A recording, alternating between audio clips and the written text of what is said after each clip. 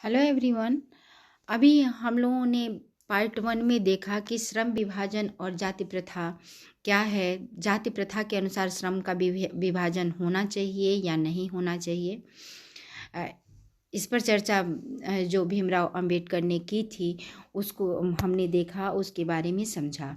अब हम लोग देखेंगे अगला शीर्षक, मेरी कल्पना का आदर्श समाज। डॉक्टर भीमराव अंबेडकर का मानना है कि जो आदर्श समाज होना चाहिए उसमें स्वतंत्रता, समता और भाईचारा होना चाहिए।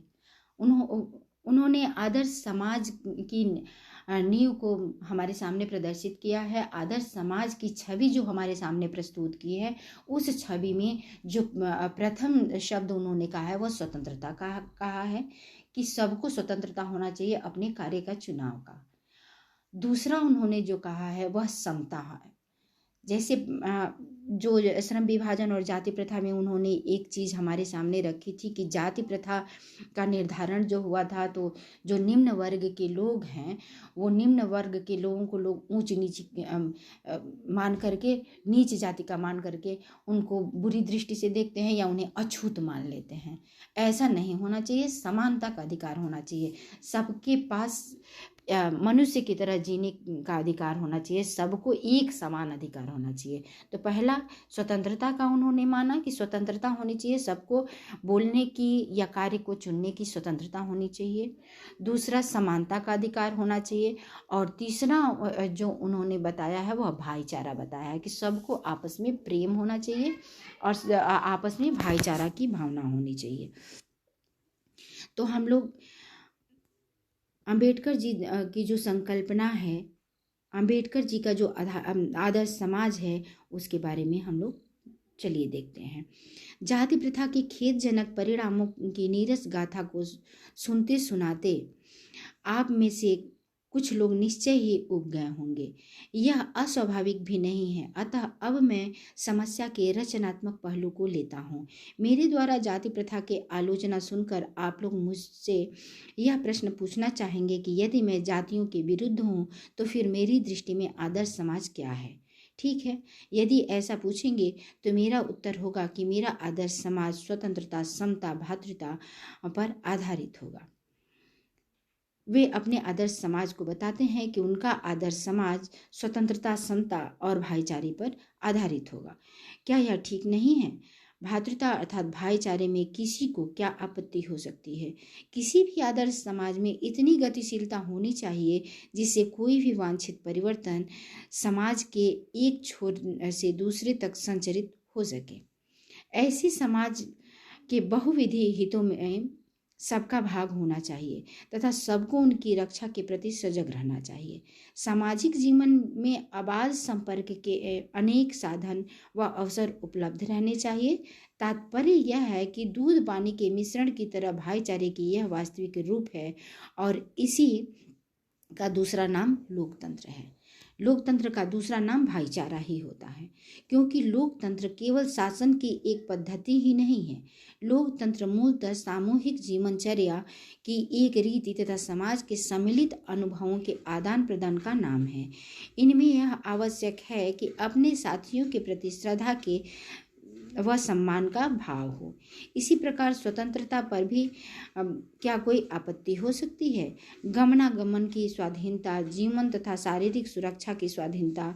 गमनागमन की स्वाधीनता यानी कि कहीं आने और जाने की स्वतंत्रता होनी चाहिए हमारे जीवन में, और अपनी शारीरिक सुरक्षा की स्वतंत्रता होनी चाहिए।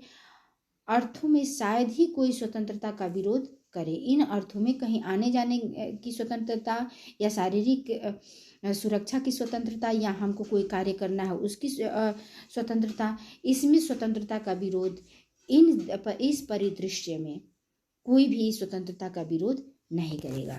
इस प्रकार संपत्ति के अधिकार, जीविकोपार्जन के लिए आवश्यक औजार व सामग्री रखने के अधिकार, जिससे शरीर को स्वस्थ रखा जा सके, के अर्थ में भी स्वतंत्रता पर कोई आपत्ति नहीं हो सकती।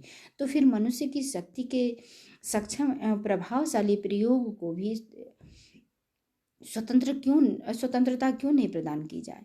जाति प्रथा के पोषक जीवन, शारीरिक सुरक्षा तथा संपत्ति के अधिकार की स्वतंत्रता को तो स्वीकार कर लेंगे, परंतु मनुष्य के सक्षम एवं प्रभावशाली प्रयोग की स्वतंत्रता देने के लिए जल्दी तैयार नहीं होंगे, क्योंकि इस प्रकार की स्वतंत्रता का अर्थ होगा अपना व्यवसाय चुनने की स्वतंत्रता किसी को नहीं है, तो इसका अर्थ इसे दास्ता में जकड़ कर रखना होगा।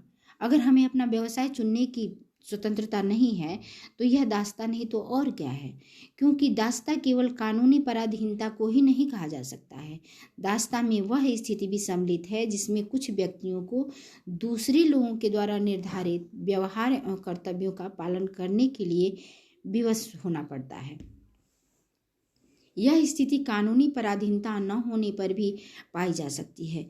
उदाहरण के लिए जाति प्रथा की तरह ऐसी वर्ग होना संभव है जहां कुछ लोगों को अपनी इच्छा के विरुद्ध पेशे अपनाने पड़ते हैं। अब आइए समता पर विचार करें। क्या समता पर किसी को आपत्ति हो सकती है? फ्रांसीसी क्रांति के नारे में समता शब्द ही विवाद का विषय रहा है। समता के आलोचक यह कह सकते हैं कि सभी मनुष्य बराबर नहीं होते और उनका यह तर्क वजन भी रखता है, लेकिन तथ्य होते हुए भी यह विशेष महत्व नहीं रखता, क्योंकि शाब्दिक अर्थ में समता असंभव होते हुए भी यह नियामक सिद्धांत है। मनुष्यों की क्षमता 3 बातों पर निर्भर रहती है। पहली, शारीरिक वंश परंपरा। दूसरी, सामाजिक उत्तराधिकार अर्थात सामाजिक परंपरा के रूप में माता पिता के कल्याण कामना, शिक्षा तथा वैज्ञानिक ज्ञानार्जन आदि सभी उपलब्धियां जिनके कारण सभ्य समाज जंगली लोगों की अपेक्षा विशिष्टता प्राप्त करता है। और अंत में मनुष्य के अपने प्रयत्न। इन तीनों दृष्टियों में निःसंदेह मनुष्य समान नहीं होते, तो क्या इन विशेषताओं के कारण समाज को भी उनके साथ असमान व्यवहार करना चाहिए? समता विरोध करने वालों के पास इसका क्या जवाब है? व्यक्ति विशेष के दृष्टिकोण से असमान प्रयत्न के कारण असमान व्यवहार को अनुचित नहीं कहा जा सकता। साथ ही प्रत्येक व्यक्ति को अपनी क्षमता के विकास करने का पूरा प्रोत्साहन देना सर्वथा उचित है। परंतु यदि मनुष्य प्रथम 2 बातों के असमान है तो क्या इस आधार पर उसके साथ भिन्न व्यवहार उचित है? उत्तम व्यवहार के हक की प्रतियोगिता में वे लोग निश्चय ही बाजी मार ले जाएंगे जिन्हें उत्तम कुल, शिक्षा, पारिवारिक ख्याति, पैतृक संपदा तथा व्यावसायिक प्रतिष्ठा का लाभ प्राप्त है। इस प्रकार पूर्ण सुविधा संपन्नों को ही उत्तम व्यवहार का हकदार माना जा सकता है। वास्तव में निष्पक्ष निर्णय नहीं कहा जा सकता है, क्योंकि यह सुविधा संपन्नों के पक्ष में निर्णय देना होगा।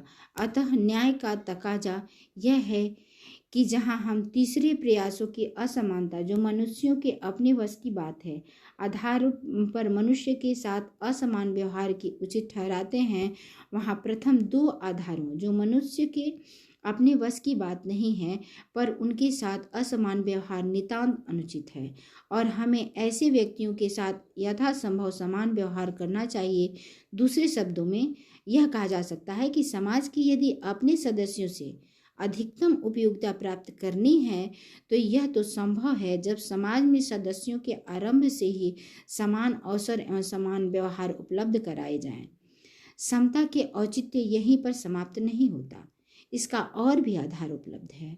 एक राजनीतिज्ञ पुरुष का बहुत ही जनसंख्य से पाला पड़ता है। अपनी जनता से व्यवहार करते समय राजनीतिज्ञ के पास न तो इतना समय होता है, न प्रत्येक के विषय में इतनी जानकारी ही होती है जिससे वह सबकी अलग अलग आवश्यकताओं तथा क्षमताओं का आधार पर वांछित व्यवहार अलग अलग कर सके।